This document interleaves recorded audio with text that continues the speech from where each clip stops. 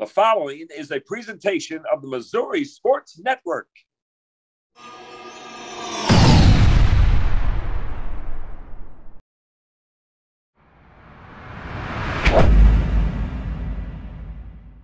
To the Missouri Sports Network, MissouriSportsNetwork.com, where everyone has a home field advantage. Certainly glad you've tuned in. This segment brought to you by the Missouri State Highway Patrol, who reminds us to take that 3 seconds and buckle up. It's 3 seconds that could save your life. Be safe, be smart, and be here tomorrow. Central Bank of the Ozarks, Great Southern Bank, Doak Propane, and Labor's Local 663.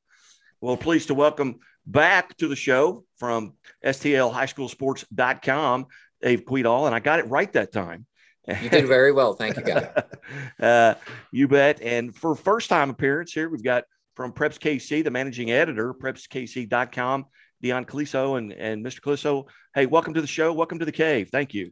Well, it's exciting to be here. And if you want, anytime you want to talk high school football, Dave knows we've had several late night conversations about the subject. So I don't know if anybody wants to listen to what we have to say, but I'm always willing to talk. You bet. Well, and we'll start with Mr. Quedall. You know, as coming out, and we visited last week, about some of the opportunities that in your area with St. Mary's, maybe MICDS, maybe making a run at a state title. Anything surprise you from last week, and has your mind changed about those usual suspects, so to speak?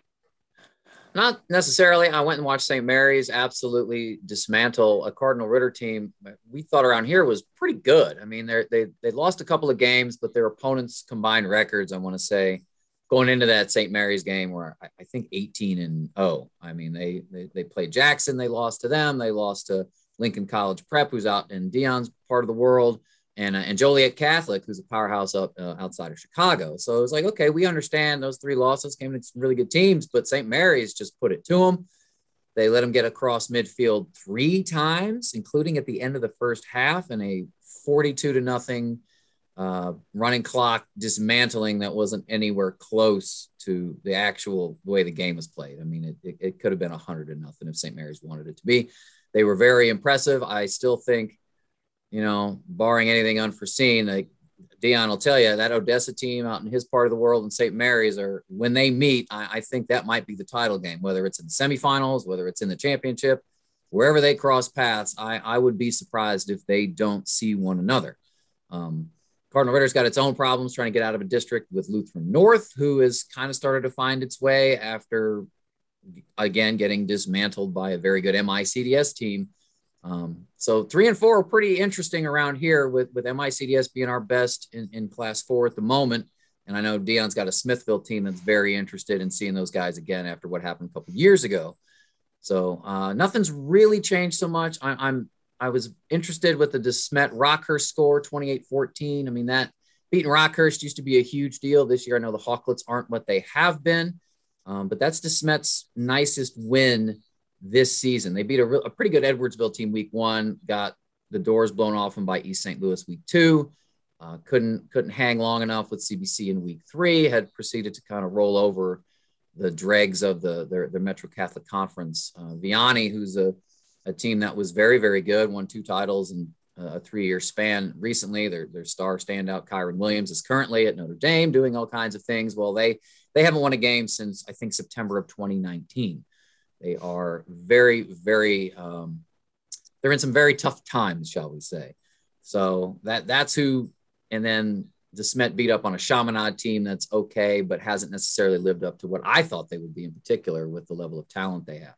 They have a St. Louis U High team tonight that's very interested in beating them, but the Junior Bills are going to be without, as they have been, standout Isaac Thompson, the all-around player, but he's primarily a safety, nationally ranked kind of recruit, has committed to Mizzou. He suffered a really nasty knee injury week 3 against Chaminade and is out for the season.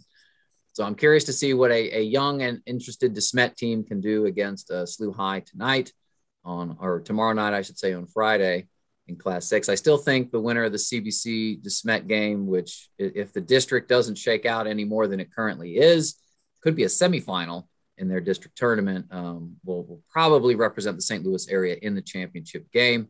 But Hazelwood Central and Francis Howell will have something to say about that in the other district in Class 6. Class 5, we've got the Holt Indians and a couple of other teams that are trying to figure out if they can make a run. But Holt's been by far and away our best Class 5 squad over here. Class 2, Lutheran St. Charles, they played St. Mary's and they actually scored, which was a bit of a bonus considering how bad they beat Cardinal Ritter the other day. But Lutheran St. Charles they're going to have to go through a Duchesne team that beat them last year in the district final to see if they can put together a postseason run in Class 2, because they are still in Class 2. They're still in the same district. And Duchesne, while having lost the regular season game to Lutheran St. Charles and Quincy Notre Dame, they're kind of, I get the impression they're playing the long game to see them again here in November when the chips are on the table. So that's kind of the rundown around these parts for the moment.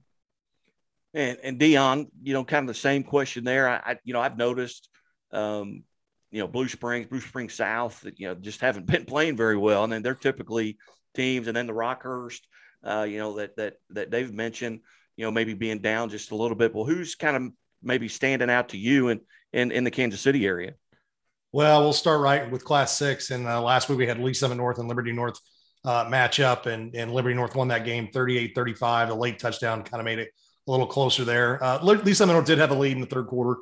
I'm going to tell you right now, both those teams are good enough to win a state title.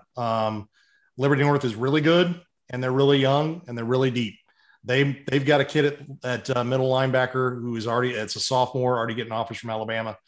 May end up being the best player in Kansas to come out of Kansas City in a long time. I think that their only loss is at Bentonville, Arkansas, the first week of the season, and they pretty much handled everybody up until this point. Basically just wore Lee Summit North out in the fourth quarter this last week. Just ran the ball down their throat just because they were a little bit deeper and bigger in some spots. So I think those are the two top dogs there in different districts.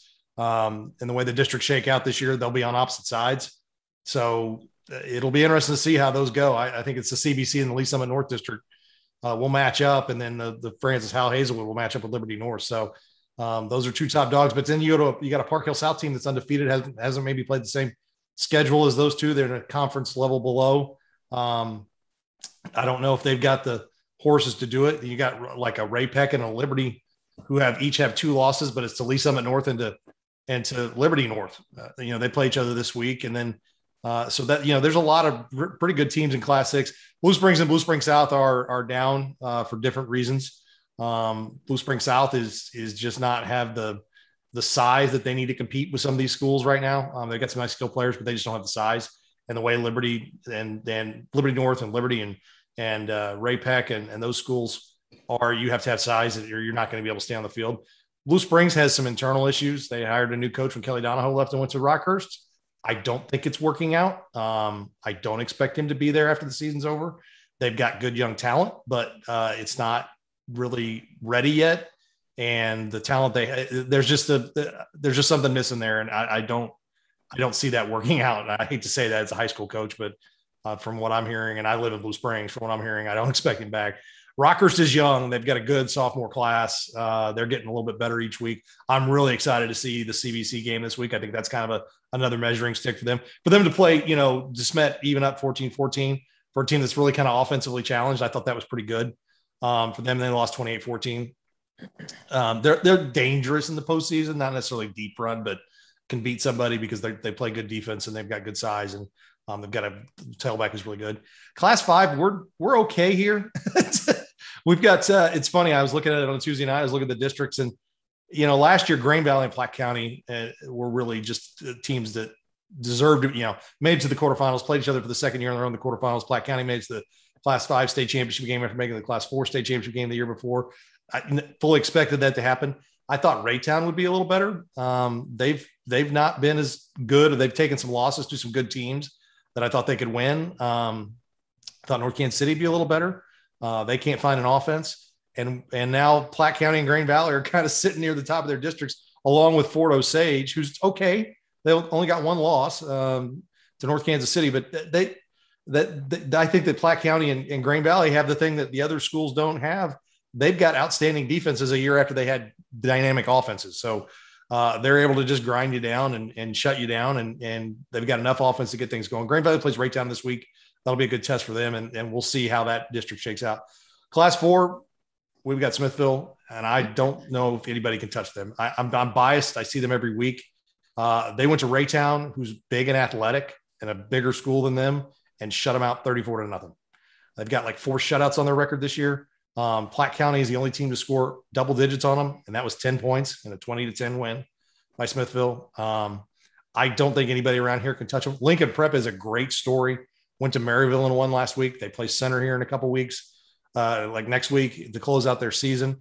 The Lincoln Prep coach tweeted out that they went there 5 years ago for a playoff game to Maryville, and it was 48-0 after the first quarter. And he thought about taking his team off the field because he was worried about getting kids hurt. And he goes to kick a field goal at Maryville. And it's not the Maryville of 5 years ago, but it's still a pretty solid football team who has a good chance to go, kind of deep in the Class 2 because the districts around them aren't that strong. They get that win. Lincoln Prep's a great story. They're doing great things. I just think that they're going to go like this to Smithville. I think they're just going to run into them, and I don't know if they can beat them. And then in Class 3, we've got Odessa, and a team that, if we're not talking about them enough this year, we will next year as Center if they stay in Class 3. They've got 2 losses to Baser Linwood over in Kansas. It was a 4A team. They're undefeated. They're number 2 behind Bishop Miege. They lost to them by 5 points in a game that was put together at noon on the Friday they played. And it was fantastic. And it was a great football game, 26-21. Both coaches, you talk to them afterwards, and they're like, there was no prep. It was go out, coach a game, adjust, and play, and let players make plays. And it was one of the best games we've had in the city this year. And that's their one loss. And then they went to Odessa last week. We're down 39-12 at halftime and lost 42-41. They've got a quarterback named Joseph Vick who put up 446 yards and 5 touchdowns against Odessa. Their tailback put up 200 yards rushing, a couple touchdowns, another 180 yards receiving. He's a sophomore. Quarterback's a junior. They have 3 seniors, and 2 of them see time. Almost everybody are sophomore and juniors at center. So they've got a good coach in Brian Long, who's taken them to the quarterfinals before, where they lost to a Maryville team that would go on to beat Burroughs with Ezekiel Elliott. And they've got players all around, and they put out talent. Lee Collins is playing for the Houston Texans, played on that 2012 team. Rashad White, who wasn't even good enough to be their starting tailback, is now the starting tailback at Arizona State. So they had a kid in Norvell Trent who was really good, never went to college. he was the starting tailback on that 2016 team. But Center is a team to keep an eye on. They're in the same district as Odessa, so we could see a repeat of that. Class 2, and the other team is St. Pius. And St. Pius is out there as well, and they're having a really good year. Their only loss is to St. James from the Kansas side, and they brought back a lot of players off that team that went to the Class 2 championship game last year. So, if anybody's going to take out Odessa, I think it's Center and St. Pius are probably the 2 biggest ones there. This is not the Odessa team from a few years ago. They're not very deep, but they still keep winning games. I don't think they know any other way to go play on Friday night. They haven't lost a regular season game in almost 4 years now. So it's going to be interesting there. Class 1, we've got, you go up to around St. Joe, you got Mid Buchanan and East Buchanan and West Platte and Penny. And they've all beaten each other by like a score. There's like a round robin going on up there. So I think that, and Windsor's kind of Sedalia. We don't really cover them. I don't know if anybody really covers them, but I still think they're a pretty good team. So we've got a lot of good teams. And I'd say if I had to look at what I think are the biggest heavyweight favorites, Liberty North in Class 6 is out there, and Smithville in Class 4, and then Odessa, just because no one's beaten them on a field in 3 years. So it's until somebody does, we've got to see that. I think they're vulnerable. I thought they might have lost this last week, but they keep finding ways to win football games. That says a lot about that team. Class 6 here in Southwest Missouri. Of course, you had Nixon make a great run. Mm-hmm. A year ago, they lose by 3 points to, the eventual state champion there in Ray-Pec. They've got a lot of those guys back, but they lost a running back, Ramon Green, to a broken collarbone 3 weeks ago. He will be probably able to get back if they get to that district championship, but that'd be our only maybe Class 6 team. Joplin, I think, is pretty good, but they kind of got manhandled a little bit by Carthage, who I think in Class 5 is really good. And I know it's going to come down to probably Carthage and maybe a Jackson team out of South Central Missouri, or I'm not really sure where Jackson is, but it's over there somewhere. Boot Hill, okay, over by Sykeston. I think that's probably where it's going to go, and I don't know what that direction is. I don't know where they go as far as their districts and where they would match up, but Carthage is so good with Luke Gall, in the backfield. When he comes around the corner, if you're a corner or even a linebacker, you're going to have to make a business decision. Am I going to hit this guy and try and hang on, or how's how's this going to work? He's not the fastest, running back, but he just runs over people. And, Class 4, you've got West Plains down here. That's probably the best team in Class 4, but they kind of got manhandled a little bit by a Lebanon team who may be able to make a run, but they're going to run into that Carthage Webb City winner at some point when they come out of that district there at Lebanon, but they're undefeated. Coach Will Christian, one of my favorite guys, he does a tremendous job, but they're just so big up front, and they just eat clock and they eat clock. And, Class 3, where we've had some success here in Southwest Missouri with the Mount Vernons, the Cassvilles, the Monettes, there's just not really a standout team that I can think of in Class 3. Class 2, you've got Fair Grove, but they're in the same district with Lamar, and I don't think anybody's beating Lamar. I don't think there's a class. I think Lamar could maybe compete at the Class 3 level for a state title.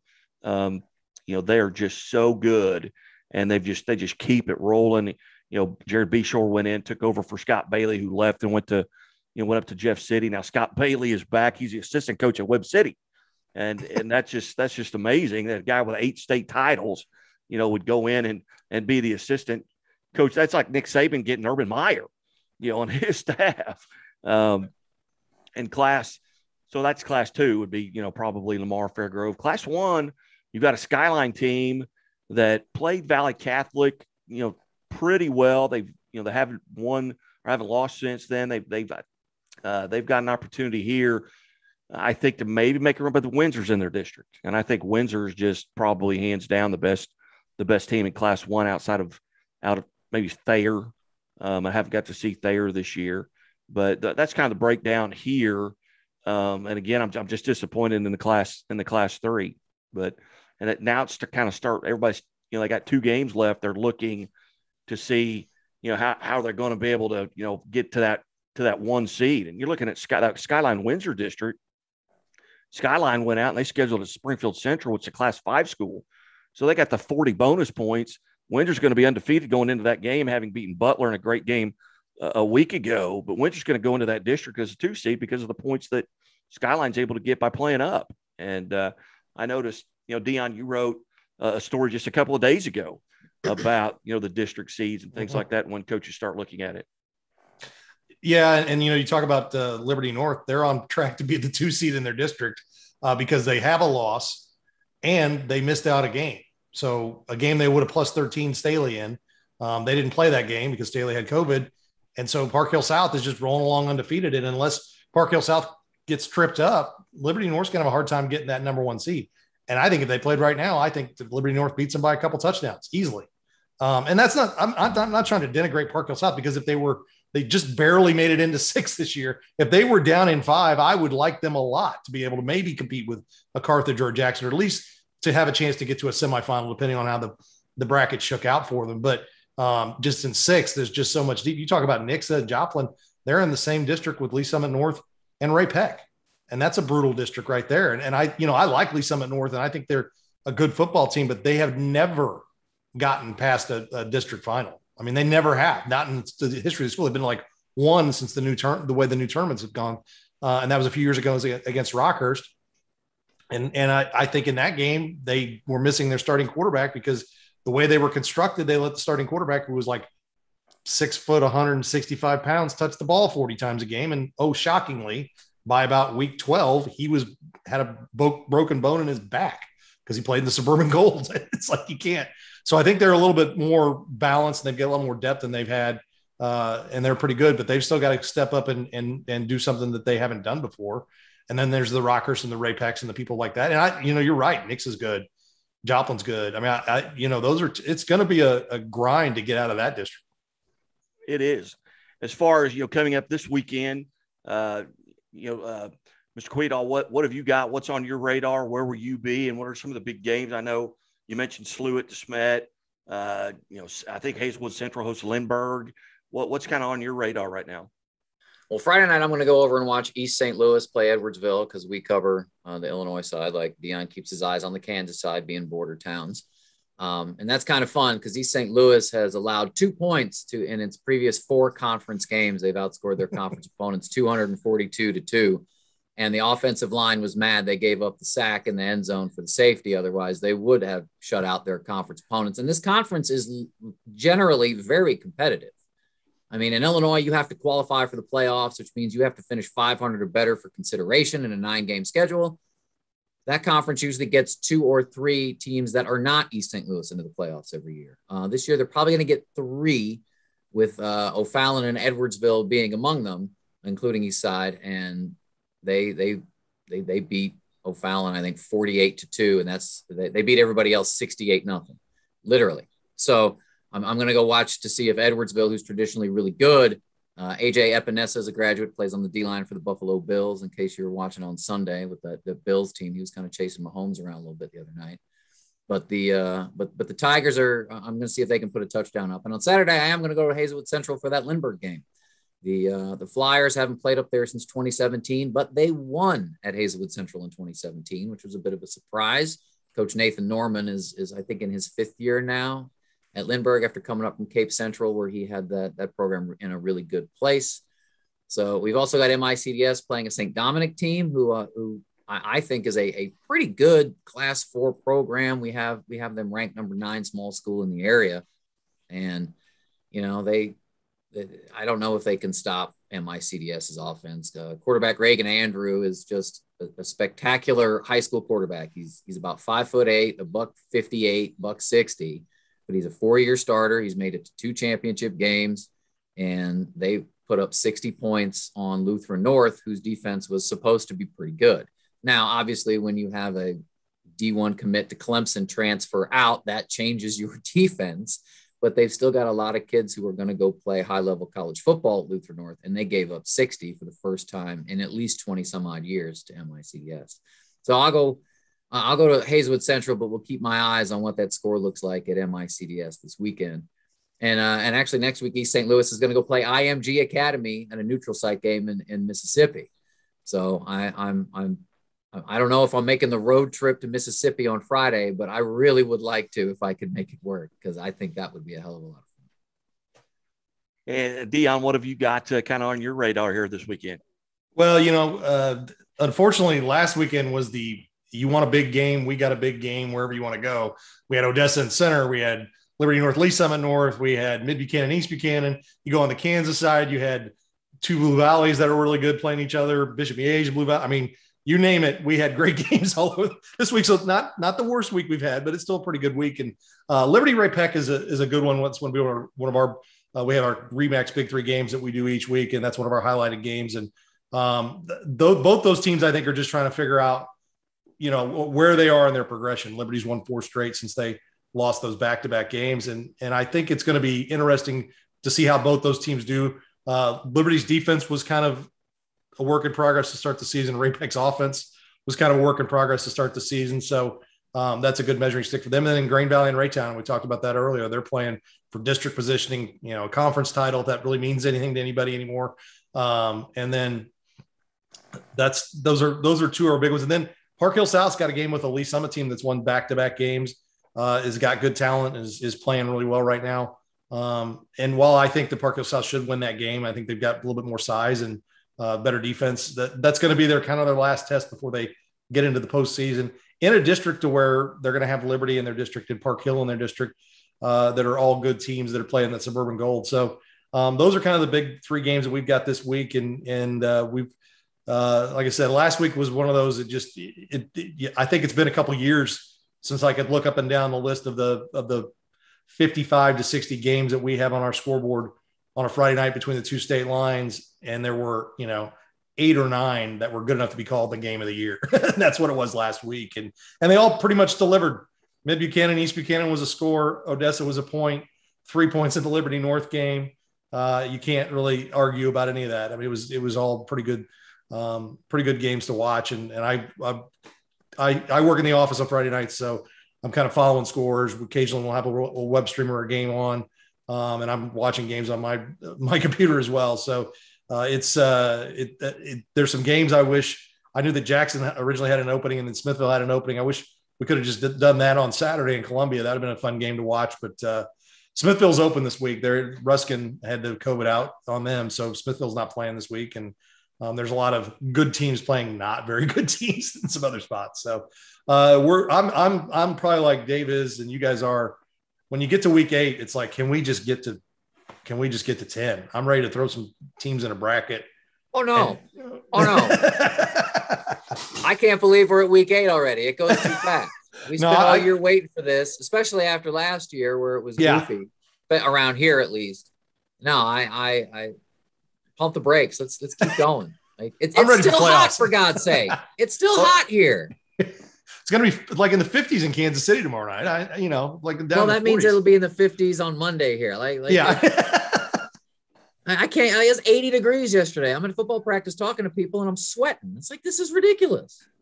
We're on the other side of that front, so we're already got the cool weather. We're going to have baked potatoes for our scorekeepers on Friday night here at the house. That's how we do it. Oh, outstanding. It's cooled off here now, finally. But, here in Southwest Missouri, got Camdenton's at Glendale. And, Camdenton has completely revamped their offense from that power I. That they now throw the ball 60, 70 times a game. Glendale already threw it 70, 80 times. That game may not be over till Sunday. And, but that's a big game in the Ozark Conference. McDonald County adds at Nevada. And Nevada's kind of a surprise, this year. I believe they're 6-1 on the season. Their only losses to Lamar. And you got Warsaw traveling down and playing Skyline. And I think that's going to be a good game as well. But I probably ought to mention, when talking about Class 1, I forgot to mention Marionville, who's undefeated and won a state title in baseball a year ago. So they've had that taste, and just had Coach Grubbs on here earlier this week. And I don't want to pucker up half my constituency by forgetting to mention the Comets out of Marionville. But gentlemen, I really appreciate this. This has been a lot of fun, and Dave and I have done this. This is probably our 3rd or 4th time we've kind of reached out, and I'm certainly happy that he put me in contact with you, Dion, and this has been kind of fun. I really enjoy it. Getting to kind of connect around the state, and we're not trying to sell advertising to the same people, and we're not, doing all that. It's just talking football and sports, and I really enjoy it. And you guys have obviously two of the busiest, high school guys here in the state of Missouri. Well, I appreciate you inviting me. It's always a good time to do something like this. And, here in Kansas City, me and Mick Schaefer, we do something like this once a week. He's at 41, was an old Metro Sports guy. And so we have to keep it. It's tough to keep that down to 30 minutes. And I'm sure if Dave and I were doing something like that, it'd be too, I'd call and ask a question and we're on the phone for 40. Just easy. It would be an hour at minimum. Yeah. So no, it's I enjoy talking, and it's great to talk because you get to learn a little bit more about the places around the state, and that makes it better. And Dave's a part of the rankings voting, and we have our little online conversation, which has really gotten, I think, the last 2 or 3 years, we've got a great group and everybody's really participating well. And I think the rankings have been pretty strong the last few years. I mean, I know there's others who may disagree with us, but no, it's always fun. Yeah, well, I get those calls every now and then. How did you rank? I'm not on that. I have nothing to do with that. I have nothing to do with that at all. But Dave, I know you've got to go, but I certainly appreciate you being a part of this. And maybe next week we can hook up again. And last week we had Bailey Harbit on, who is the KSN sports director down in Joplin. And she did a great job, and it's always a lot of fun. But gentlemen, I really appreciate it. Thank you so much. Thanks for having me, guy. You bet. You're listening to the Missouri Sports Network, MissouriSportsNetwork.com, where everyone has a home field advantage. Back after this.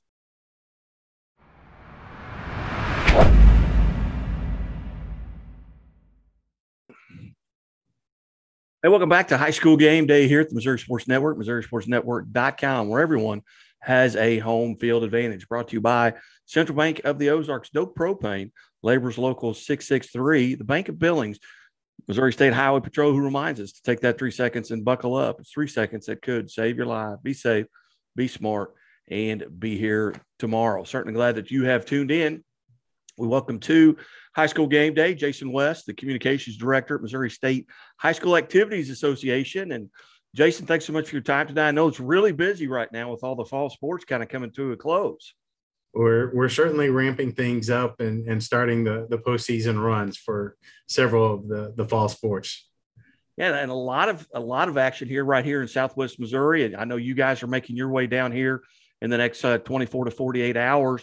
Kind of tell us a little bit, the viewers, about what's going to go on and where they can kind of consume their fall sports. Well, it starts this week actually with the girls tennis championships. The first weekend of that, those are going to be the singles and doubles qualifiers. That's going to be out at Cooper Tennis Complex starting Thursday, Friday, and Saturday. And then next week, Monday, Tuesday, girls golf championships. We've got 4 sites. Silo Ridge is one site. Again, this year, River Cut is another one. So we've got 4 sites going on there. And then that weekend, Friday and Saturday, will be the team tennis championships out at Cooper. And then after that, we'll also do the fall softball championships out at Killian. So rounding out October, a lot of action down in the Springfield area. And Jason, as you look at, what's coming up here, folks, are they still encouraged to buy tickets online, or how does that work? Yeah, we still have digital tickets, and for all of our championships, that there'll be the digital ticketing. There won't be any tickets sold on site. So you can go online. There's an icon on the Misha website that will take you there. We'll have some signage at venues as well, pointing people in the right direction. But you'll have a digital ticket to get scanned to come in. As of right now, we don't have any restrictions at any of our venues. So we do encourage anyone that would like to come check it out. What is a typical day? And I know that you and I have been in around each other during the state basketball championships, state football championships, and you're just, it's nonstop crazy. You've got to keep stats, you've got records, you've got attendance figures you're looking at. When you look at these fall events, I know softball's coming up a little bit later, but in tennis, kind of what's your role, and kind of what does a day look like in the life of Jason West? Well, especially for the singles and doubles championships, there's constant action. We have 3 classes of tennis, and trying to get all of them on. And each day, I believe there's 4 different rounds that will be taking place. So there's lots of movement, and just trying to coordinate all of those results, get them posted to our website, and get them out as best we can, so people kind of know how things are going. That's one that there's a lot of downtime, some hurry up and wait, if you will. We hurry up, get ready to go play. We play a match, and then may not play for another hour and a half, 2 hours, maybe even 3 hours, depending on the result of it and what round we're in. So there's a lot of waiting time, and people trying to figure out when they need to be ready for the next round and their next match. So that's a lot of the movement of just making sure we have all of the results up. People know when they may be able to play, when a court becomes available. So they're not just sitting there for 3 hours. They're given a time of not before this time, and then they check in and they get their court assignments. So there's a few logistics there, especially this weekend with the weather forecast. It calls for a lot of rain, so we may be playing most of those matches indoors instead of having the full outdoor allotment of courts. So that puts the time in between matches even further, because there's fewer indoor courts, obviously, than outdoor courts. So that's the biggest key of just making sure we get the results up in a timely manner, so people can start adjusting their schedules accordingly. And Jason, and again, we're visiting with Jason West, the Director of Communications for Missouri State High School Activity Association. And Jason, you've added Misha and its members have added classes, to some of the fall sports and even some of the spring sports. What the feedback that I'm getting is very positive. What's the feedback that you're getting there at Misha? Similar to that, very, very positive with the change in the classification process, the addition of the championship factor for non-public schools. It has caused a ripple effect, if you will, and so there are some schools that are in the new classification, but there are also a lot of schools that may still be in the same classification they've always been, but maybe those hurdles that they've had to get over to advance in the postseason are not there. Those hurdles have moved on to a different class. And so we've seen a lot of schools have some success in sports and activities that they hadn't been before. They've been very competitive, but they hadn't seen the reached the level in the postseason that they're currently experiencing. And so it's been very rewarding and thus, a lot of positivity to their program. And Jason, as you look at, we've been very fortunate here in Southwest Missouri that we've got facilities, outside turf on a lot of the facilities, baseball, softball, things of that nature. Where are the contracts at with regards to, the fall sports and even the winter sports with basketball as we go in? Where are we at as far as being able to host those, and when do those come up for maybe rebidding? Well, I think right now we're pretty steady. I believe volleyball is one that should come up for bid at the end of this year. Baseball out at US Ballpark still has a couple more years on that contract. I believe softball still has a couple of years left on that. So we're pretty solid footing as far as all of those sports. I believe volleyball is the only one that's going to be coming up the soonest, that at the end of this year. Basketball, I believe, still has 2 more years on it as well, maybe 3. So still a couple more years before those will come out. Well, I've got you here kind of to wind up here, but a huge congratulations and just shout out to, because in reality, you go back to last year, didn't think we were going to get any of the fall sports in. Coming into this year, you kind of had the new variant coming in, but kudos to Mission and its member schools and the athletic directors and the administrators at all these schools that have been able to kind of quash this. And I know we've missed a few events here and there, but nothing like what I thought was going to happen. And were you surprised that all of these events have gotten in? Yeah, it was a very nice surprise. We go from having the class 1, 2, 3 championships and waiting for the phone call to come through and basically barely getting through that, 2 years ago, and then having to cancel the 4-5 weekend at that time, to last year having all of these questions at the fall. But everyone did come together and did what they needed to do to make sure that they weren't the reason to end the season.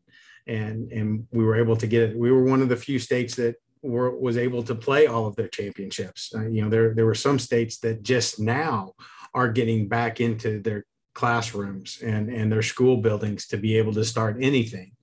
So we were very fortunate that, and I think that's a big shout out to our member schools for implementing their plans. They knew what needed to take place at their level, and the parents and the students and the coaches all banding together and understanding what needed to be done to be able to get to the playoffs and actually have contests and not have to cancel anything. And so, great job all around there of everyone that came together and supported each other and trusted their opponents. That's a big factor. You want to have that trust factor on your team, but now you've got to have that trust factor for the team on the other side.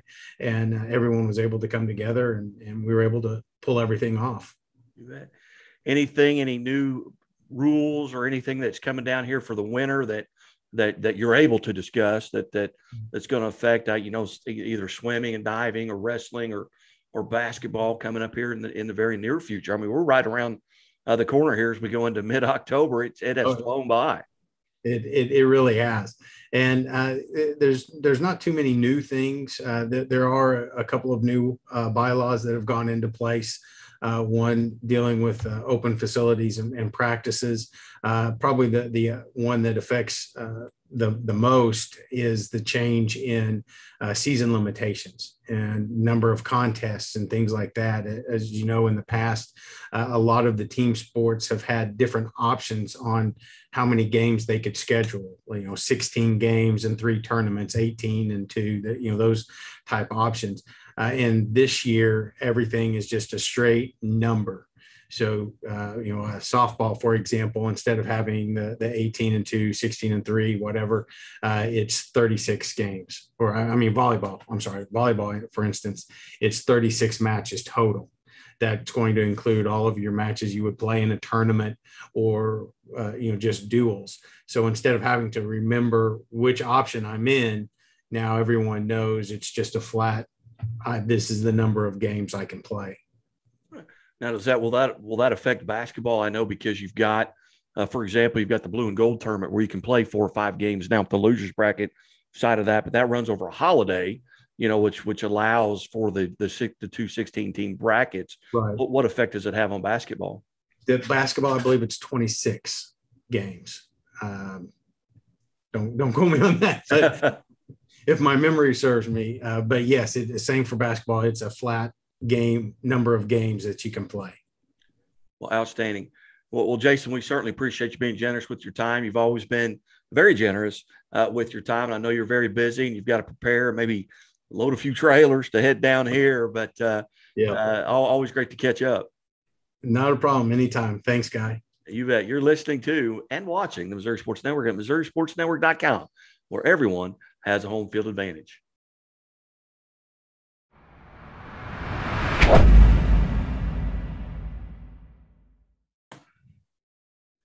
Hey, welcome back to the Missouri Sports Network here on the MissouriSportsNetwork.com, where everyone has a home field advantage.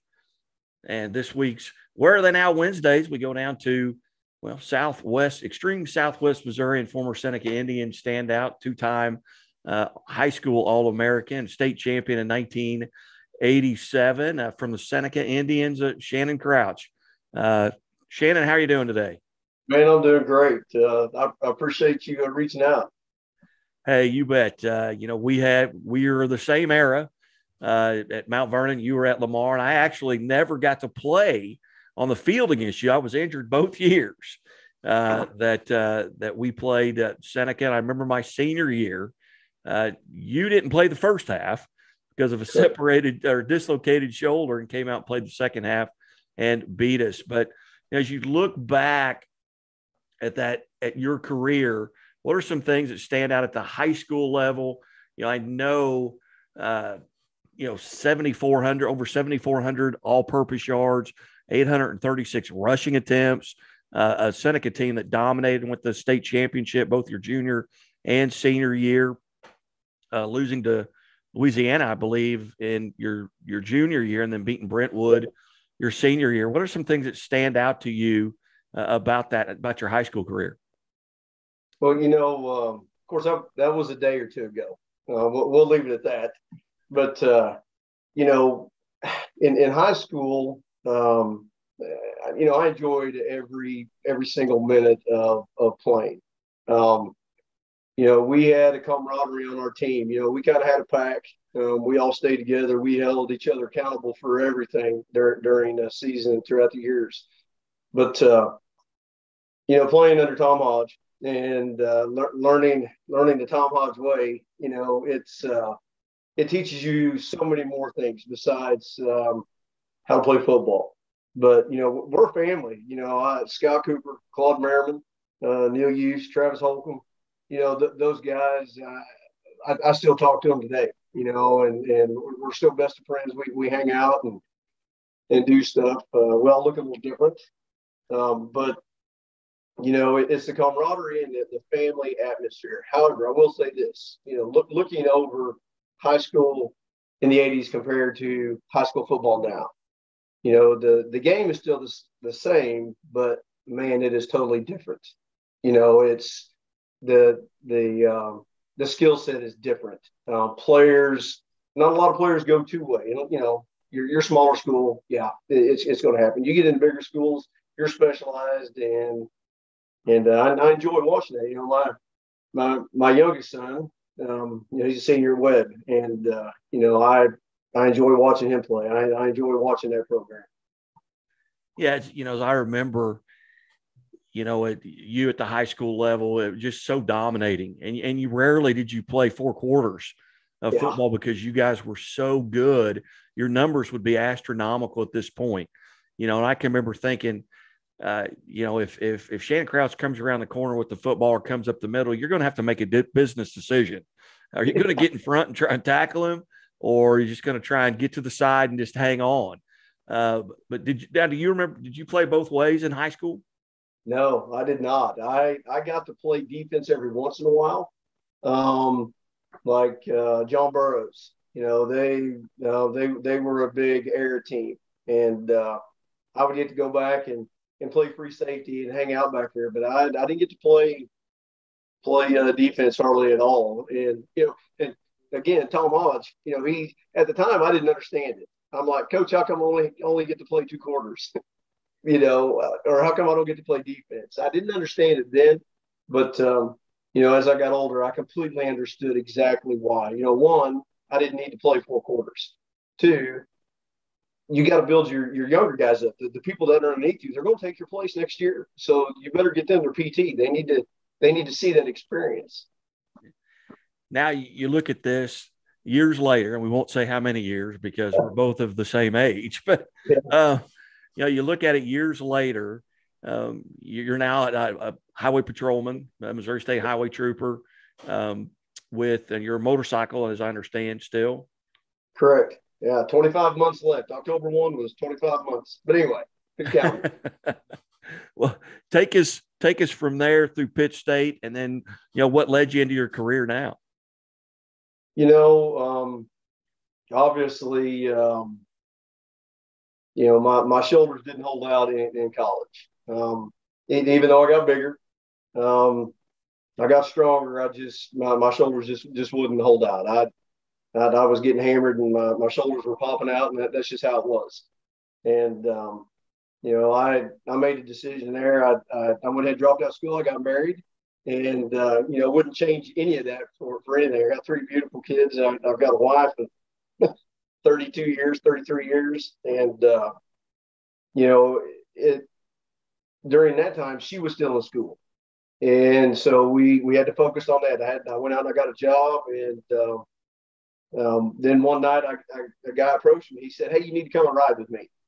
And I'm like, "Ride with you where?" And he's like, "No, you need to come on duty with me now. You need to see this." So I went out on the road with him. Well, I fell in love with it.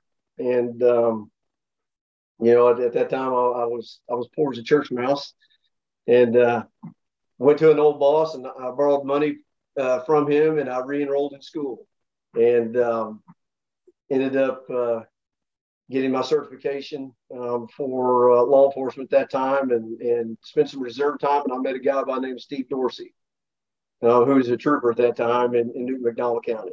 And, you know, Steve and I, we'd meet on the softball field because our church league, we played in the same church league. So I knew him from there too, but he met me one night on duty, and he said, "Hey, I think you need to try this. I think you'd be a good fit for the highway patrol. You ever thought about it?" And I was like, no, but you know, man, that sounds awesome. So I tried, and unfortunately for me, the first time I was not successful. I did not make it through the gamut of testing that we have to do. And I was a little embarrassed. I was a little hurt. So it took me 4 years before I tested again. 4 years. And there was like 48 spots open up statewide, and there was 5,500 of us that applied.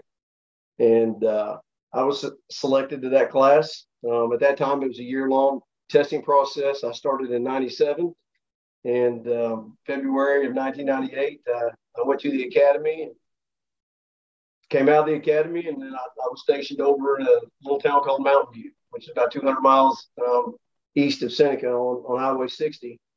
And I spent 9 years and 3 weeks there before I got to come back to Troop D. So we've been back to Troop D now for 14 years, and we're planning. We're here. Well, it's back in your home area. I'm sure that's got to be, greatly appreciated to get back to your home area of a community you're familiar with. Sure. Everyone knows the name Shannon Crouch down there. They do pretty much from, just throughout Southwest Missouri. I appreciate that. Sometimes it's complicated. Yeah. There are occasions where I'm sure you've had to put cuffs on people pretty well, and that's got to be a challenge. Yeah, and I try to explain to them it's nothing personal. Tomorrow morning or next day or this weekend we'll go have a cup of coffee. It's okay. It's nothing personal. If as you look now, and I know you've got other ventures going on as well with your sons. I see your huge deer back there behind you. What are some other things that you're doing right now? Well, my oldest son, Theron, he's a million mile an hour. He's always thinking. He played a little baseball, played for Trotter, and his baseball career was cut short with a UCL. He had to have it reconstructed, so he never came back. But he's a thinker. He works for Marucci there in Ozark, and during COVID, we kind of got together, and he created this recruiting business called All Access Recruiting. And he goes around and he films athletes and puts them in a file, and the collegiate coaches and even the pro scouts, if they can have access, set at their computer, and they can view all of these athletes. So, let's just say a guy in Florida is looking for a Midwest player or something of that nature. He doesn't even have to come up here. He just hops online. He goes into the files. He has an access code. He can do it 24/7, and it just goes from there. And so that keeps us busy in the summer, and then the wintertime is Midwest Maniac Outdoor time. And we do a lot of hunting, a lot of bow hunting. And we try to bring back the family values. And that's the mission statement of Midwest Maniac Outdoors, to bring the family values back to hunting so everybody gets to enjoy it. You don't have to have 6,000 acres to go out and kill big deer. Cactus Jack come off 50 acres. That was it. But, and then, of course, we're also busy with Theron and his pro boxing career. He had his pro boxing debut last month, won with a knockout second round, and he's getting ready to probably lock down a date for here in the very near future for a second fight. So we're busy. Plus, you got Coop. Coop plays for Marucci for them during the summer, and he travels all over and he plays, and we go when we can. And I love watching that boy play because he's the big one in the family. He's the athlete. That kid's 6'1.5", 217, 220, something like that. He's fun to watch. Well, outstanding. Well, and again, we're visiting with Shannon Crouch here on the Where Are They Now Wednesdays. I should say Trooper Crouch. I don't want to get in any trouble either. But no, you're all right. If you, if the 2021 Shannon Crouch could go back to that 1987 Shannon Crouch and give yourself some advice, what would that advice be? If you could go back in time and, corner yourself and just say, hey, here's something I don't want you to forget. Well, it's kind of hard to forget those high school years there in Seneca. I mean, not many people realize it, but back then Seneca played Webb City, Seneca played Carl Jackson, Seneca played Nixa. And as you said, we dominated. We played a lot of people. We wanted to play Java, and that never worked. But I would probably. I know it sounds kind of cliche, but I'll probably have to go back and tell myself, slow down, enjoy this, because you're not going to be 18 years old forever. And, one of these days it's all going to be a memory. And, it's, you got to pay it forward. And I hope that I did, because I did coach Mighty Mice football. I've done that for 19 seasons, and I loved it. I was coaching Mighty Mice before I had kids. And I loved it. Claude Merriman, he helped me. We started out. Claude, I think he just recently stopped doing it down there in Seneca, or he may still be doing it. I can't remember. But, paying it forward, taking times with the kids, with the athletes. It doesn't have to be football. It could be softball. It could be t-ball. It could be Little League baseball, whatever it is. Pay it forward and always make a lasting impression on these kids, because they're going to remember you forever. And I say that for my birthday, one of the boys that I coached, I don't know, 15 years ago, wished me happy birthday. No, it was probably 20 years ago. He said, "Happy birthday. Rumor has it, the best Mighty Mike coach ever." Those are the things that I like to see. And obviously, I still talk to that individual and love his family, love him to death. But that would be some advice I would go out and say. As you look back on that mid to late 80s, who were the rivalries? I mean, who was it that you really and your team really got up to play? Oh man, of course, Webb was always a big game. Of course, and I missed that game my senior year because of my dislocated shoulder. CJ was always a big rivalry. Aurora was huge. Nixa, of course, was. I mean, they were all big rivalries. Even McDonald County. We always used to play in week one, and man, I mean, week one they just beat you to death. Those guys could hit, and so just about everybody that we played, was a rivalry. I still remember my sophomore year, just being young. I think I ran further east and west than I did north and south, but it was a young mistake. But I think they were the last regular season game, and I still remember Darren Burr. He was our statistician, and I don't know, I just carried the ball or something, and he come down and told me, he said, "That just put you over 1,000 yards." And I was like, "Man, that's great." As a sophomore, my 10th game, I was like, "Man, that was great."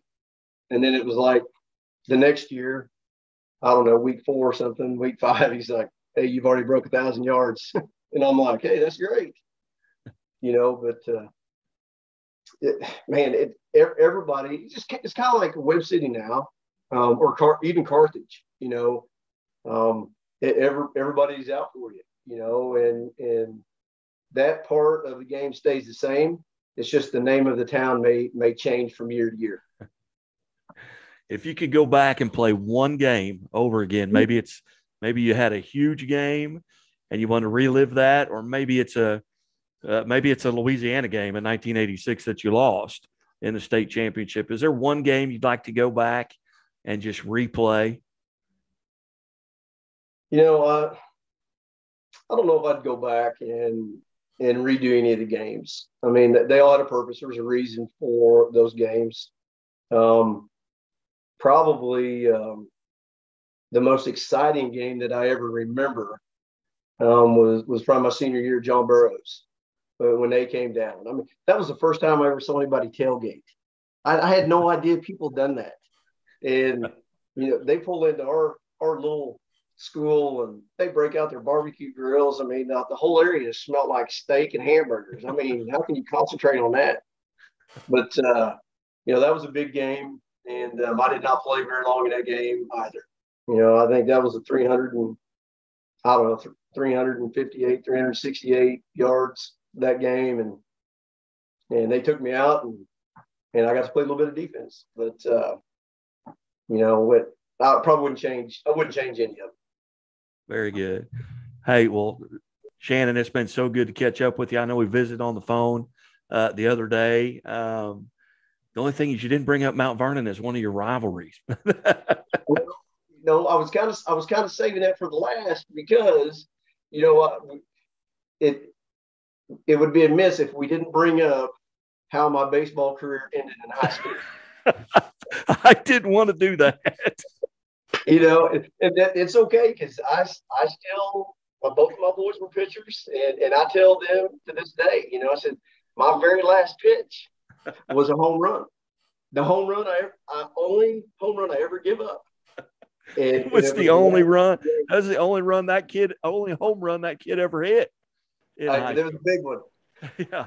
Well, it's Grant Baker. It was the one that hit that home run He's a basketball, or I'm sorry, a football referee now, a shelter agent, and a sponsor there in Aurora. But I remember that. I do remember that. And then we went on and got beat by Ash Grove that year. And but see, no, that's just to let us win because we were probably supposed to win it that year. It was just a mistake. Very good. Hey, well, Shannon, I know we'll catch up again, but hey, thanks for being part of Where Are They Now Wednesdays, and best of luck to you and your family, and maybe you go get another deer to hang on that wall behind you. Well, I appreciate that, guy. Thank you very much, and hey, I enjoy it, and keep up the good work. All right, thank you. Hey, you're listening to Where Are They Now Wednesdays on the Missouri Sports Network, where everyone has a home field advantage. Be right back.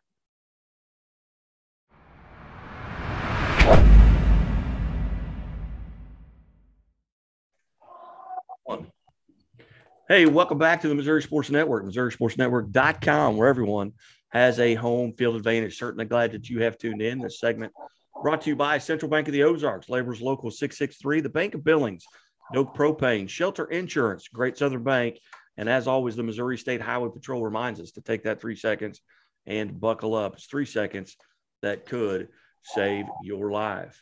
And we're certainly honored, and it's a great pleasure to welcome from Evangel, the Valor head coach, Mary Whitehead, 2-time Heart of America Coach of the Year, and the pride of Burlington High School out of Iowa. 20 years there as the head coach. And Coach Whitehead, thanks so much for your time. You're welcome, sir. Coach, 20 years as a head coach, you're approaching 500 career wins at Evangel, already the all-time leader there at Evangel. Tell us about this run you've been on.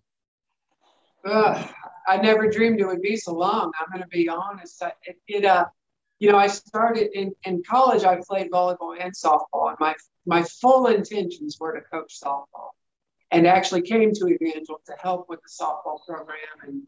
And while I was here, this job opened, and I thought, I'll take it for that year, and I'll finish school, and I'll be gone. And here we are. It's actually 21 or 22. I lost track, but it's plus 20. I know that, but it's again not always what the plan was. It wasn't at all the plan when I started, but I love it. And it's home now, so they're stuck with me. Outstanding. Well, we have an opportunity here, Chevy Dealers of the Ozarks Athlete of the Week, and you've got a young lady, Jordan Stacy, sitting beside you there, who set 2 career records here just recently in the last 10 days at Evangel. Tell us a little bit about Jordan and what she does for you. Jordan is our glue. She does an awesome job on the court. And, we joke as coaches that there aren't many players that you'd necessarily even want to keep for 6 years. We joke a lot about it. Now, we've had some great kids, but with an injury year and a COVID year, Joe's been with us for 6 years and gets to leave Evangel with her master's, finished pretty well. So it's been awesome to have her. And we felt like we had to twist her arm just a little. She wasn't sure if she was going to go again, but just couldn't pass up the opportunity. So she is great for our team. And we were excited that she decided to come back for her final year. Well, Jordan, again, on behalf of Chevy Dealers of the Ozarks, congratulations on both of these accomplishments. I wasn't made aware of the career digs record until today, but I had the career sets played record at 573. And you and I go back to your sophomore year in high school when you guys were in studio, when you were at Fairgrove, when you went to state in volleyball there. Tell us about the last 6 or 8 years of volleyball for you. Well, first off, thank you so much. It's been crazy. Like Coach Whitehead said, my plan was to come here, play my 4 years, and then go out and teach. But obviously that wasn't the plan, and I've just kind of adjusted to that. And I've been super thankful and just super blessed to be able to play an extra couple of years. What is it about Evangel? Coach also alluded to the fact that she was just going to be there for a couple of years. You make the same kind. Are you going to be there 15, 20 years from now? What is it about Evangel that keeps you close?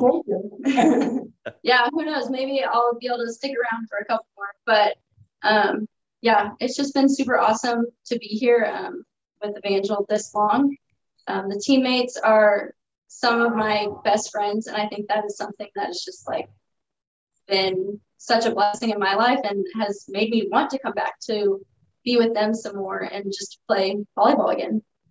Well, with all the success that the Valor have had in volleyball since you've arrived, and really in the last 22 years, what are some of the moments that stick out to you that you're going to cherish maybe more than others, that maybe you're going to tell your kids, your grandkids about, if you can look back at some of those moments over these 6 years?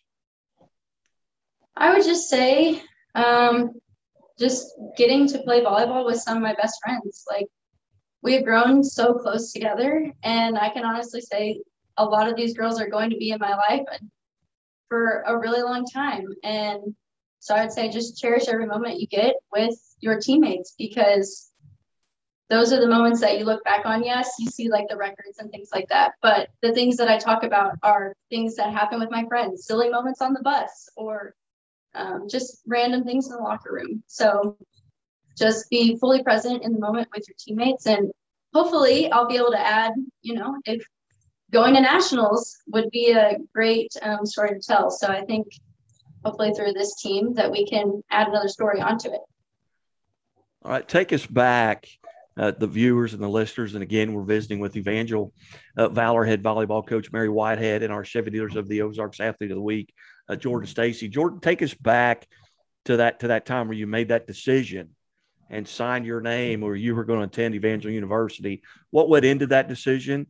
And obviously you're happy with it, and it has worked out tremendously. But tell us what you remember about making that decision.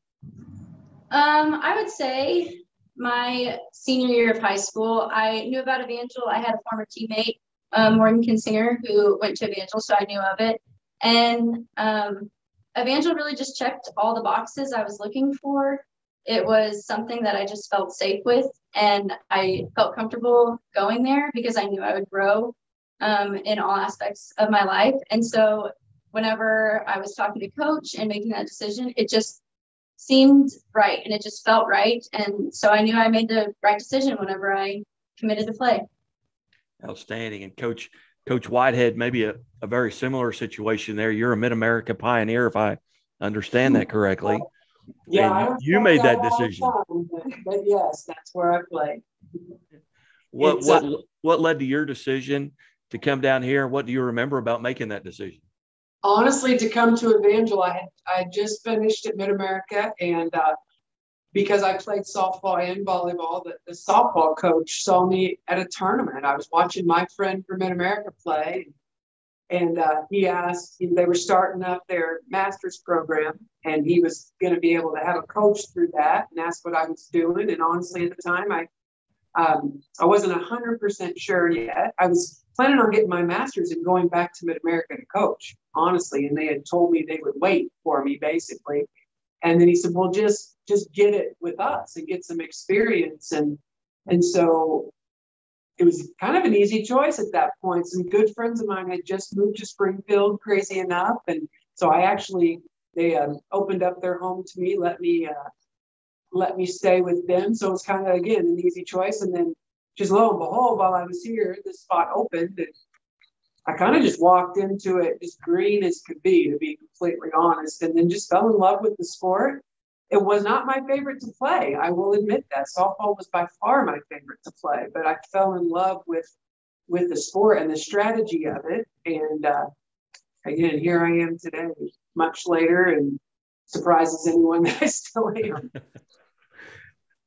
Jordan, our Chevy Dealers of the Ozarks Athlete of the Week. Jordan, 573 sets played. Do you remember those first few sets? I don't know. That's asking me to go back a couple of years. I remember, I feel like just a lot of everything, just ups and downs. And I don't know if I would say I remember the first sets I played, but first season. She was a high school setter, but we right out of the bat knew she could play defense. So she started out defensive for us. So, and then a couple of years later, we needed a setter, and I said, Joe, how you feeling about this idea? And she jumped right in, little did she know she was going to get 4 years of setting in after after 2 years of defense. But no, she did great for us. And I don't remember the first 2 sets. There's way too many, but I know from day one she made a difference for us. And Jordan, you mentioned that you've been able to get your master's. What's your field of study in, and what are your plans after the nationals? So I'm getting my master's in education in curriculum instruction. And so the goal would to be a teacher in a surrounding school district, and hopefully, just impact kids' lives, whether that be through teaching or through coaching. Jordan, if the 2021 Jordan Stacy could go back to that 2014 Jordan Stacy, what advice would you give her, whether it be savor the moments, whether it be what advice would you give yourself in 2014 if you could go back? I think back to those years, and that was such a long time ago. And I think that I was just so young and not naive to the fact of what I was doing, but not everybody gets a chance to go to state and to go on amazing runs and have so many memories with their teammates. And so I think just be a little more present and aware and remember those memories. Coach Whitehead, maybe a very similar question to yourself. I mean, if you could go back to that 1997, Mid-America pioneer, Mary Whitehead, what advice would you give yourself?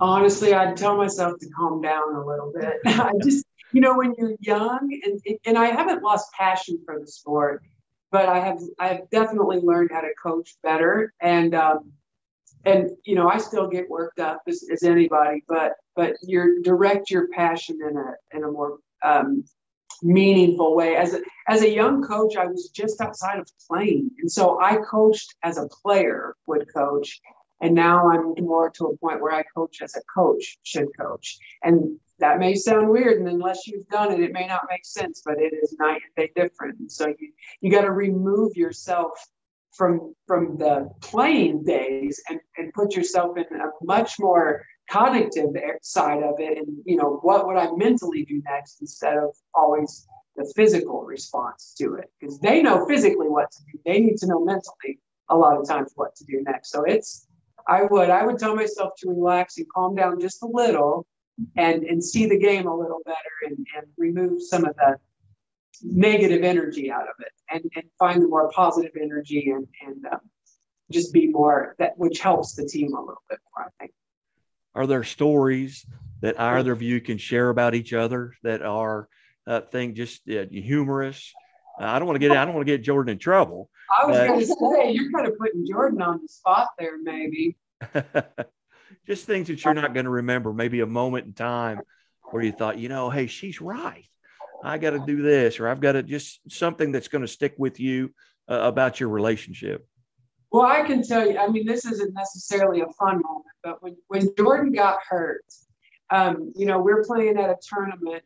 This was why she's here another year. She got a medical red shirt, and Jordan, like Jordan does, is going 100 miles an hour all the time, and she literally bulldozed the bleachers going for a ball.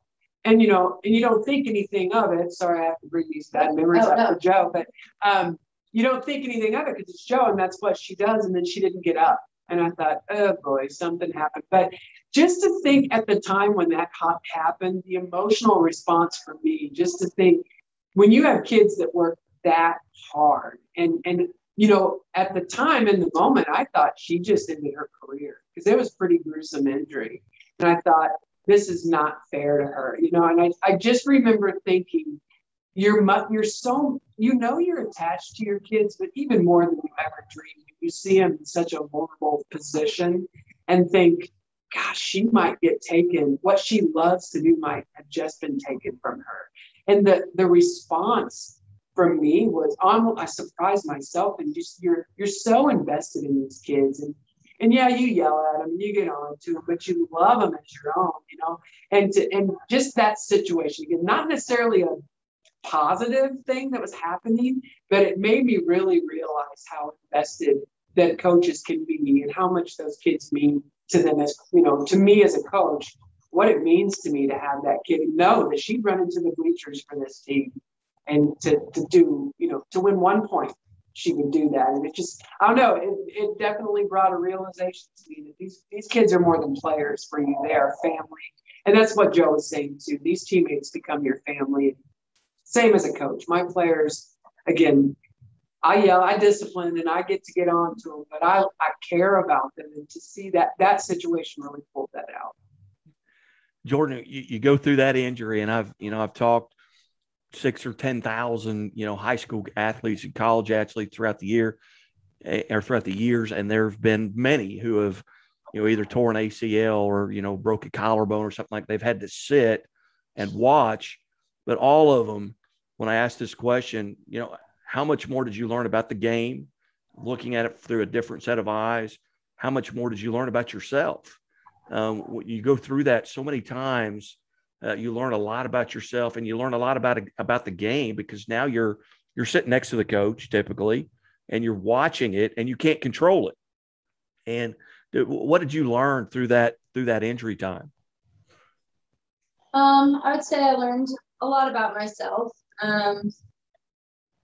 Mostly the fact of my identity is not rooted in being a volleyball player. I can be a great teammate. I can be someone that other teammates look for when they're on the court. And so I think I just learned a lot about how to handle some stress and some trauma, and then how to get past it and how to grow as a person.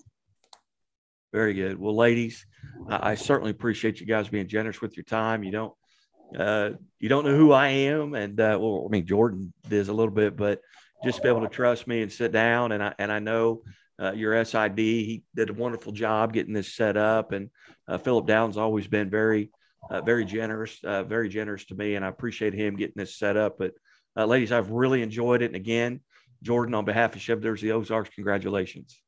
Thank you so much. Thank you, guys. You bet. Coach, Jordan, you guys have a great day. Good luck, and I hope we'll catch up with you soon. Thank you. Thank you. You're listening to the Missouri Sports Network at MissouriSportsNetwork.com, where everyone has a home field advantage. Keep it right here.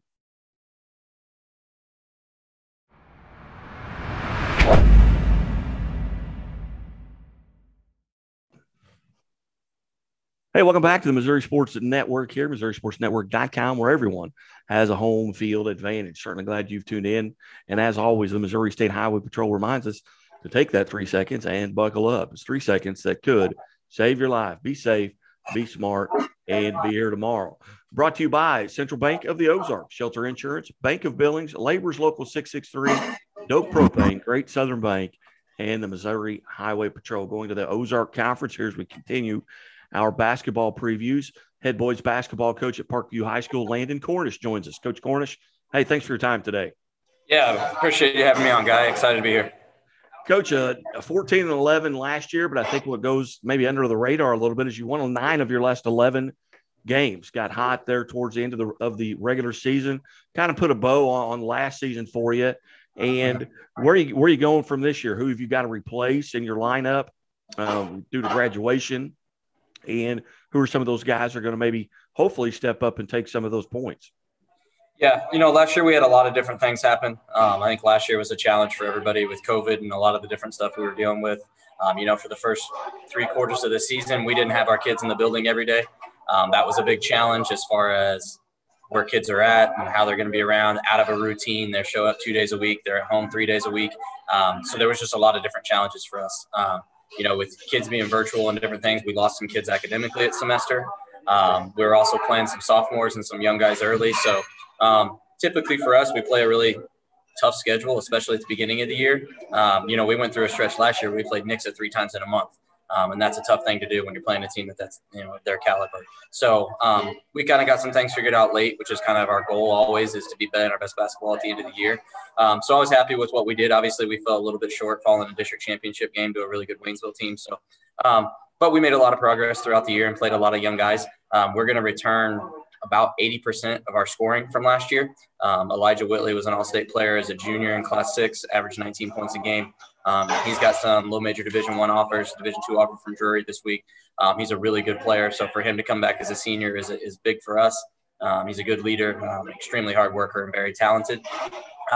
We also returned 2 guys as sophomores last year that were all district players, and Kevin Parker and Amari Clark. They both averaged about 9 points a game as sophomores. So we look for them to step up and have big years as juniors. And then Shane Glass was an all-conference defensive player. That's 6'4", a wing that's really athletic, that'll see, will start for us this year and be an impact guy. So, we lost some good senior leadership, but the core of our team offensively and defensively is back. So we're excited about that. Coach, as you go in, you mentioned that tough schedule that you've got. You start off with a tip-off classic. Then you've got the Arvest Classic, which is always very much look forward to here in Southwest Missouri. Can you tell us some of the teams that are going to be participating there? But then you come out of that, you got Nixon Rogersville. Yeah. Like I said, it's just one of those things that our program understands, that we're not really, obviously you want to win every game that you play. But the big picture is that we're trying to get prepared for the, things down the season. We're starting out in the BSN Tip-Off Classic in Raleigh this year against a really good Troy Buchanan team up around the St. Louis area that will be a challenge for us. So I think that'll be good for us to prepare before we start with the Arvest Classic. In the Arvest, we have Fayetteville coming up from Arkansas, along with Rogers Heritage out of that 6A West down there. Lee Summit West will be new this year. Raytown out of Kansas City with them as well. And then from St. Louis, we have Lafayette, and then Jeff City Helias will be back. And Helias has a really good point guard in Des White, who's picked up some high major offers this fall. And then us and Kickapoo as the 2 local teams. So you got 8 really quality teams coming in. So it's a challenge every game. All 3 of those games will be tough no matter who we draw.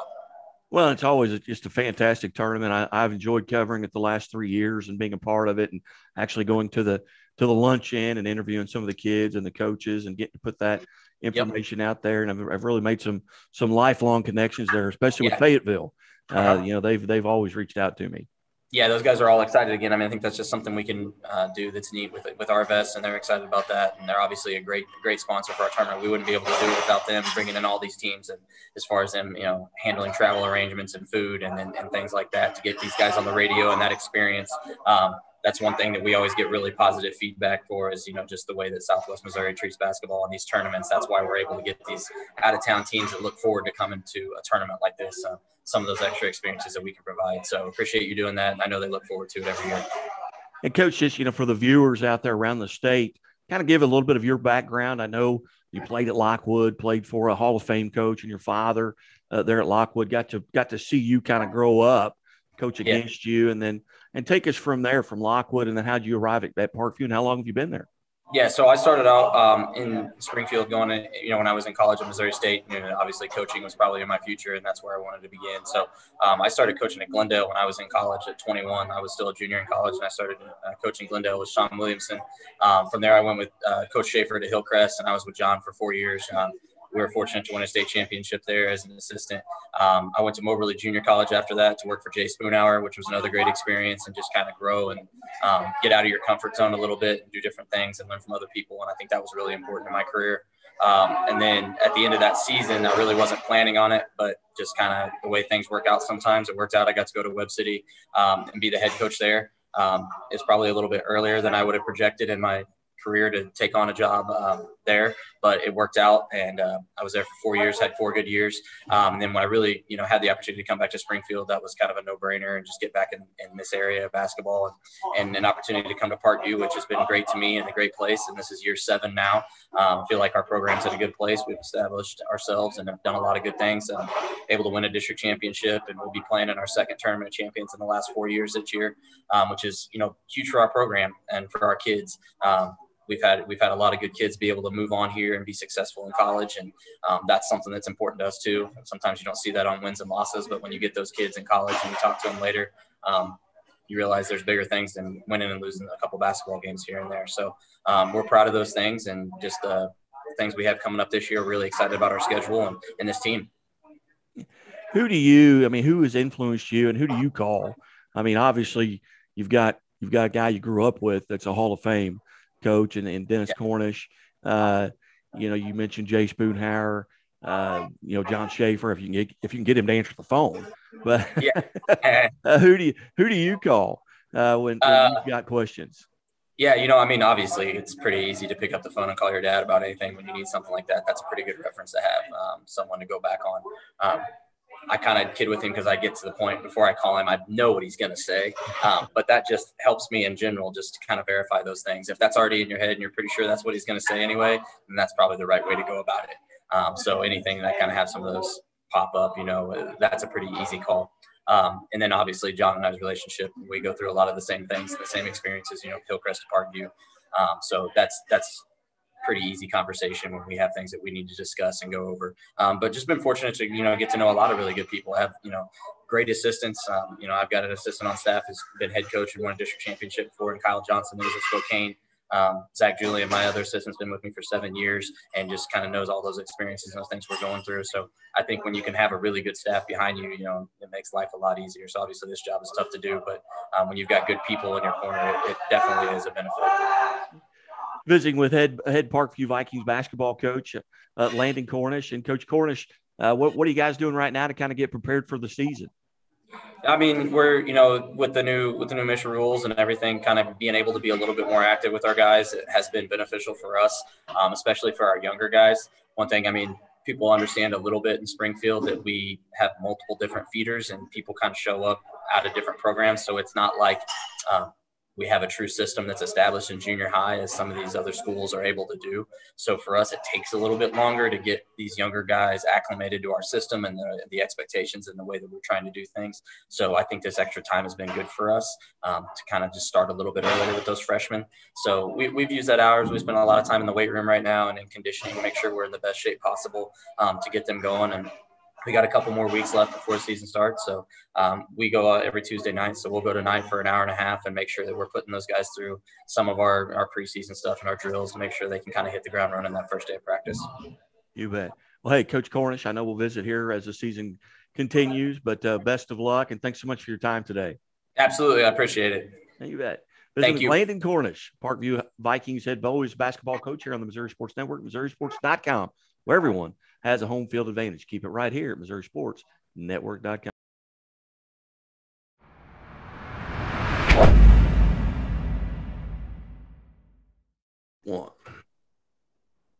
Hey, welcome back to the Missouri Sports Network, MissouriSportsNetwork.com, where everyone has a home field advantage.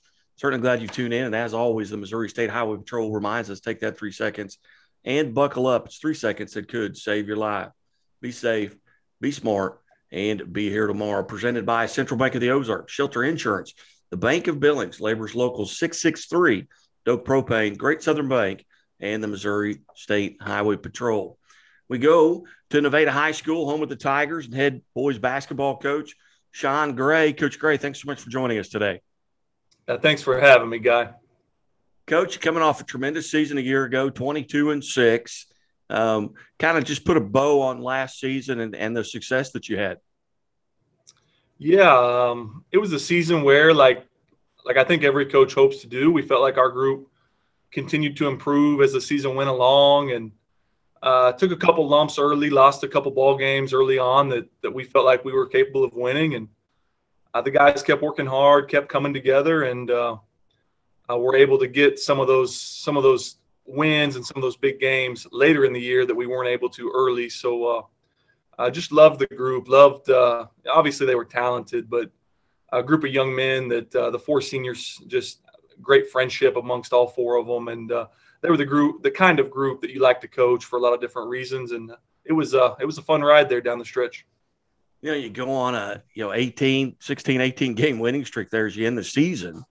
Going into districts, you get a very good Rogersville team, 51-46, and then you draw Bolivar, who's talented as well, and that's your final game of the season. Just talk about that little run you went on there. Did you get healthy? Did you get experienced? What was the secret there? I think a combination of several things, Guy.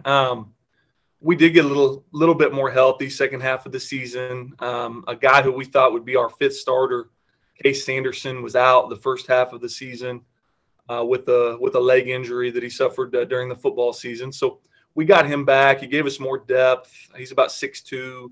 He was versatile. That made us better for sure. But I give a lot of credit just to our guys, just continually working to gain more chemistry. We had Ben Hines, who was our starting, I guess you'd call him our starting post player, who hadn't played since his freshman year, Division I swimmer. He's at Alabama right now on the swim team down there.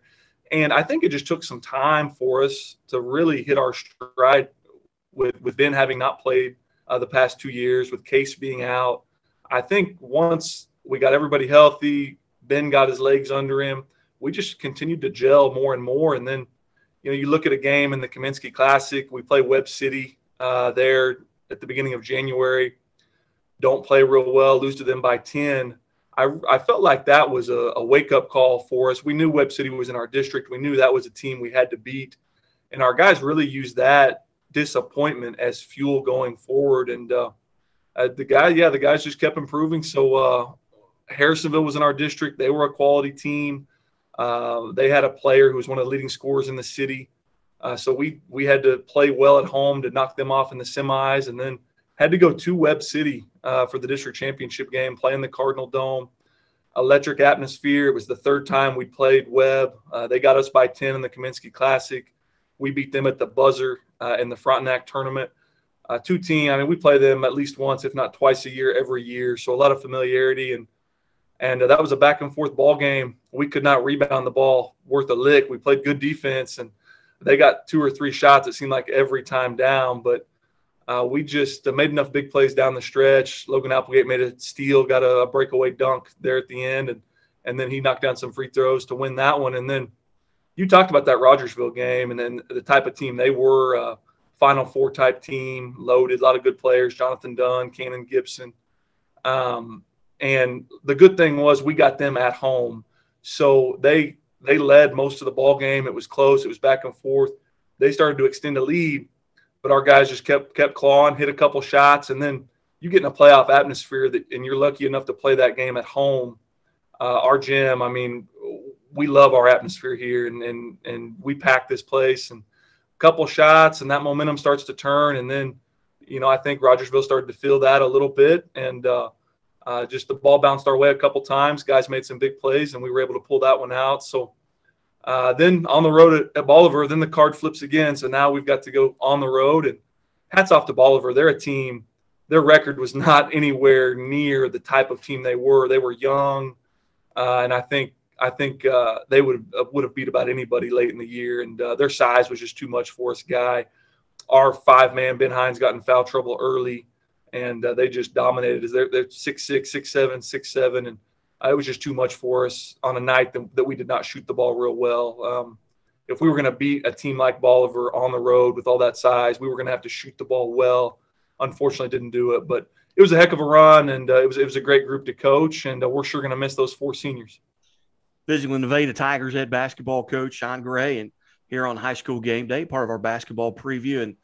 And Coach Gray, coming out of that 22-6 season, what did you lose to graduation, and who are some of the guys you're going to have to replace, and who's going to step in and fill those slots? Yeah, so we lost 4 starters. It starts with Logan Applegate, one of the best players in our program's history, averaged 23 points a game last year, was our second leading rebounder, 4.5 assists a game, a couple steals a game, just a do-it-all type guy. He's prepping there in Springfield with United Prep. He's got a couple Division I offers. He's trying to up his stock a little bit. So you don't replace a guy like that. And, we're sure going to miss him. The Nevada faithful will miss getting to watch him play. But he was a 4-year varsity player for us. And he's going to be missed. And we're looking forward to see what he does in the future at the next level. Logan and Lane McNeely were 2 of our other seniors, guards. Man, they were D&3 type guys. In today's game, guys that can guard multiple positions, guys that can shoot it from the perimeter, that's a big luxury. And those guys were great at both of those things. Very good 3-point shooters, very good defenders. Logan McNeely's playing at Baptist Bible College for Coach Minders there. And I saw him in their scrimmage. He went 3 for 3 from the 3-point line the other night. So he's doing a good job there. And then Lane's attending school in Springfield as well. So we're going to miss their leadership, their 3-point shooting ability, their ability to defend. And then I talked about Ben a little bit earlier. Ben Hines, 6'4", just super athlete, Division I swimmer at Alabama. In the state sectional game against Rogersville, I mean, he blocked Jonathan Dunn at the rim a couple times on some dunk attempts. And the athleticism that he brought to the table is, again, that's something we will not be able to replace. So we don't necessarily try to replace those 4 guys with another 4 guys. We're going to have to replace their production in a completely different way. And we've got a lot of guys that came in this summer, worked their tail off, that they don't want to see a big drop off with our program. And while, we may not have guys who are going to be Division I swimmers, Division I basketball players, we do have guys that we feel like can get the job done and can still help us be successful, still help us compete night in and night out in the Big 8 conference. Yeah, you mentioned the Big 8 conference. They're kind of a newer member to it, now just 2 or 3 years into it. But I've noticed just the athletics there as a whole. Your football team's playing well, your girls' basketball team's playing well, baseball. Has that had something to do with it, or is it just that, that a rising tide raises all boats, I guess? It's just you've had such a tremendous success there at in the high school sports. Yeah, we really love the Big 8 conference. We've been really glad that we were able to get into that. I guess it's been maybe 4 or 5 years ago now. And we were in the West Central Conference previously, which depended on your sport, what kind of a fit that was. But several private schools, a couple Kansas City schools, it just demographically wasn't the world's best fit for us. We were lucky enough in 2018, our last year in the conference, to win that.